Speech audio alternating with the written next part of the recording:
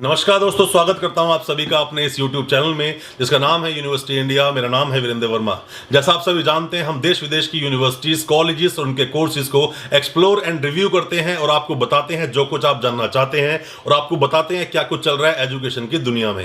दोस्तों, आज हम लोग बात करने वाले हैं PhD के एडमिशन के बारे में। जी हाँ, जिसको बोलते हैं डॉक्टर ऑफ फिलॉसफी। मतलब कि कोई भी हमारे देश की एक ये सर्वश्रेष्ठ डिग्री है जो करने के बाद लोग अपने नाम के आगे प्रीफिक्स एज अ डॉक्टर लगा लेते हैं। और इस डॉक्टर को प्रीफिक्स लगाने के लिए लोगों को बहुत ही मशक्कत करनी पड़ती है, बहुत कठिन परिश्रम से गुजरना पड़ता है, साथ में ही बहुत एफर्ट्स लगाकर अपने पेपर्स, अपने थीसिस, सिनॉप्सिस को पूरा करना पड़ता है। दोस्तों, पीएचडी करना अपने आप में एक गौरव की बात है, अपने आप में एक सम्मान की बात है। जब कोई पीएचडी करके आता है तो उसके नाम के आगे डॉक्टर तो लगता ही, साथ में ही समाज में उसकी इज्जत भी बढ़ जाती है। ये माना जाता है कि वो जो शख्स है जिसने पीएचडी कंप्लीट की है बहुत ही एजुकेटेड है, बहुत समझदार है और उसके पास बहुत ज्ञान है उस पर्टिकुलर सब्जेक्ट का। दोस्तों, पीएचडी की जाती है पर्टिकुलर एक सब्जेक्ट, एक टॉपिक पर।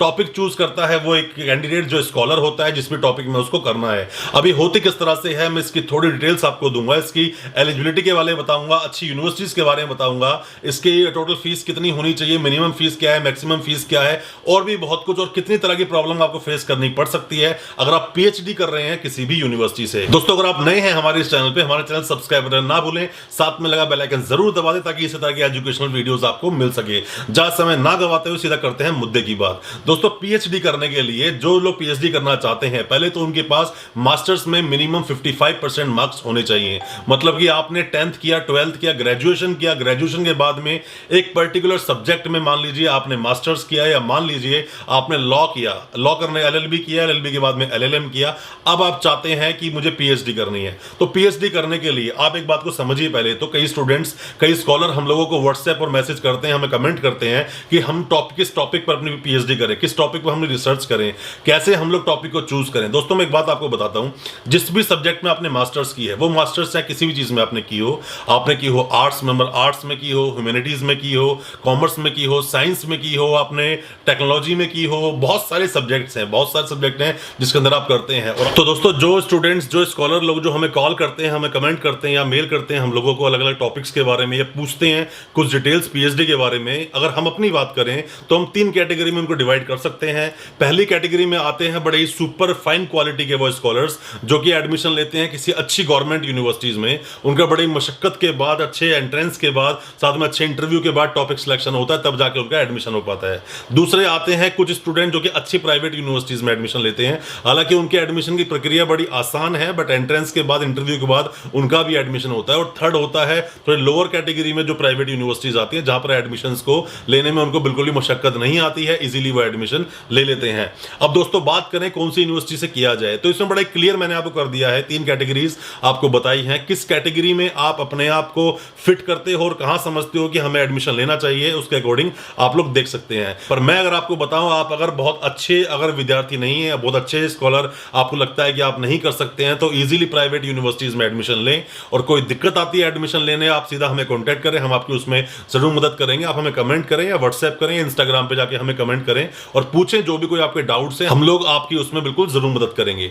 दोस्तों, 55% आपके मार्क्स होने चाहिए मास्टर्स में, जिसमें आपने ग्रेजुएशन किया है। अगर आपको पीएचडी ही पर आप टारगेटेड है आपका बिल्कुल, तो आप 12th के बाद सीधा ग्रेजुएशन करें उसी पर्टिकुलर सब्जेक्ट में, मास्टर्स करें उसी सब्जेक्ट में, उसके बाद पीएचडी करें। टॉपिक सिलेक्शन होता है। टॉपिक सिलेक्शन कैसे होता है? मान लीजिए कि आप लॉ के स्टूडेंट, जैसे कि मैं खुद एक लॉ का स्टूडेंट हूं, और अगर मैं पीएचडी कर रहा हूं, जैसे मैंने भी अपना एंट्रेंस दिया, तो मैंने लिया था डेथ सेंटेंस। डेथ सेंटेंस एक टॉपिक हो गया एक लॉ का, जिसमें कि आपने एलएलएम के बाद में अपना एक टॉपिक चूज कर लिया। उसी तरह से अगर आप मान लीजिए कोई भी एक स्टूडेंट अगर लेता है इंग्लिश में, तो प्रोज ले लिया या फिर उसने एक पर्टिकुलर ड्रामा ले लिया, उसके ऊपर वो डिस्कस करता है, उसके ऊपर पूरी रिसर्च करता है, अपनी सिनॉप्सिस रेडी करता है, हाफ ईयरली रिपोर्ट बनाता है, थीसिस बनाता है, और भी बहुत सारे काम करता है गाइड के टच में रहकर जो उस यूनिवर्सिटी से उसको अलॉट होता है। अब दोस्तों, कुछ बातें आपको समझने की बात है कि फीस क्या होती है पीएचडी करने के लिए। फीस की अगर हम बात करें तो जो नॉर्मल जो पीएचडी की फीस है जो प्राइवेट यूनिवर्सिटीज की मैं बात कर रहा हूँ, गवर्नमेंट यूनिवर्सिटीज में जिनको एडमिशन लेना है वो हमारे थ्रू कभी प्रोसेस नहीं करते हैं या किसी कंसल्टेंट के थ्रू प्रोसेस नहीं करते हैं, वो डायरेक्ट अपना एंट्रेंस देते हैं, एडमिशन लेते हैं। बट अगर बात करें किसी प्राइवेट यूनिवर्सिटीज की, तो प्राइवेट यूनिवर्सिटीज की जो फीस है वो लगभग 1.5 लाख से शुरू हो जाती है, 3 साल की फीस। टोटल मैं 3 साल की आपको बता रहा हूं, इसमें 1.5 लाख से लेकर 4 लाख तक, 5 लाख तक भी फीस होती है कुछ यूनिवर्सिटीज की। बट वैसे देखा जाए, अगर हम स्टडी अब्रॉड की बात करें, अब्रॉड अगर आप पीएचडी करने जा रहे हो तो उल्टा वहां पर रिसर्च करने के आपको पैसे मिलते हैं। ऐसा ही इंडिया में भी कई यूनिवर्सिटीज में है जहां रिसर्च करने के आपको पैसे मिलते हैं, आपको फीस नहीं देनी होती है। बट हमारे हिंदुस्तान में जो प्राइवेट यूनिवर्सिटीज हैं उनको आपको फीस पे करनी पड़ेगी। 3 साल की जो भी आपकी फीस बनती होगी आप यूनिवर्सिटी को देंगे, तभी वो कोर्स आपका रेगुलर प्रोसेस में चलेगा। अब दोस्तों किसी भी प्राइवेट यूनिवर्सिटी में आप एडमिशन लेते हैं, कुछ बातों का विशेष ध्यान रखें वरना आपको प्रॉब्लम हो सकती है। जैसे कि पहली बात, जैसा मैंने आपको शुरू से हमेशा बताया है कि किसी भी कंसल्टेंट के थ्रू एडमिशन लें, आप पहले उसकी कंसल्टेंसी उसको दें, बाकी पूरी फीस सिर्फ यूनिवर्सिटी को दें, वरना आपको समस्या हो सकती है। पहली बात। दूसरी बात आती है, जैसे ही आपने यूनिवर्सिटी में एडमिशन लिया, टॉपिक आपने डिस्कस किया, अपने गाइड से जरूर मिलें, गाइड की रिगार्डिंग बात जरूर करें। उस यूनिवर्सिटी में गाइड है भी या नहीं, आप इस चीज की जांच पड़ताल जरूर कर लें, वरना आपको बिल्कुल समस्या आएगी, फ्यूचर में प्रॉब्लम हो सकती है। तीसरी बात, अगर हो सके तो उस यूनिवर्सिटी के कुछ स्कॉलर्स से मिलें और मिलकर उनसे डिस्कस करें कि यूनिवर्सिटी किस किस तरह की प्रॉब्लम उनके सामने खड़ी कर देती है, या फिर कोई प्रॉब्लम तो नहीं होती है, क्या यूनिवर्सिटी स्मूथली पीएचडी करने में, रिसर्च करने में क्या उनकी मदद करती है, आप इस चीज को जानें। और चौथी और महत्वपूर्ण बात मैं आपको बता दूं दोस्तों, अक्सर प्राइवेट यूनिवर्सिटीज क्या करती हैं कि 3 साल कोर्स कंप्लीट होने के बाद अगर आप मान लीजिए पहुंच गए 4th ईयर में, आप लेट हो अपने पेपर सबमिट करने में, अपनी रिसर्च टॉपिक सबमिट करने में, या फिर थीसिस सिनॉप्सिस को सबमिट करने में, तो ये लोग 4th ईयर की एक चार्ज आपके ऊपर लगा देते हैं जो एज अ पेनल्टी होता है। मतलब कि 4th ईयर की फीस भी आप लोगों से ये लोग वसूल कर लेंगे।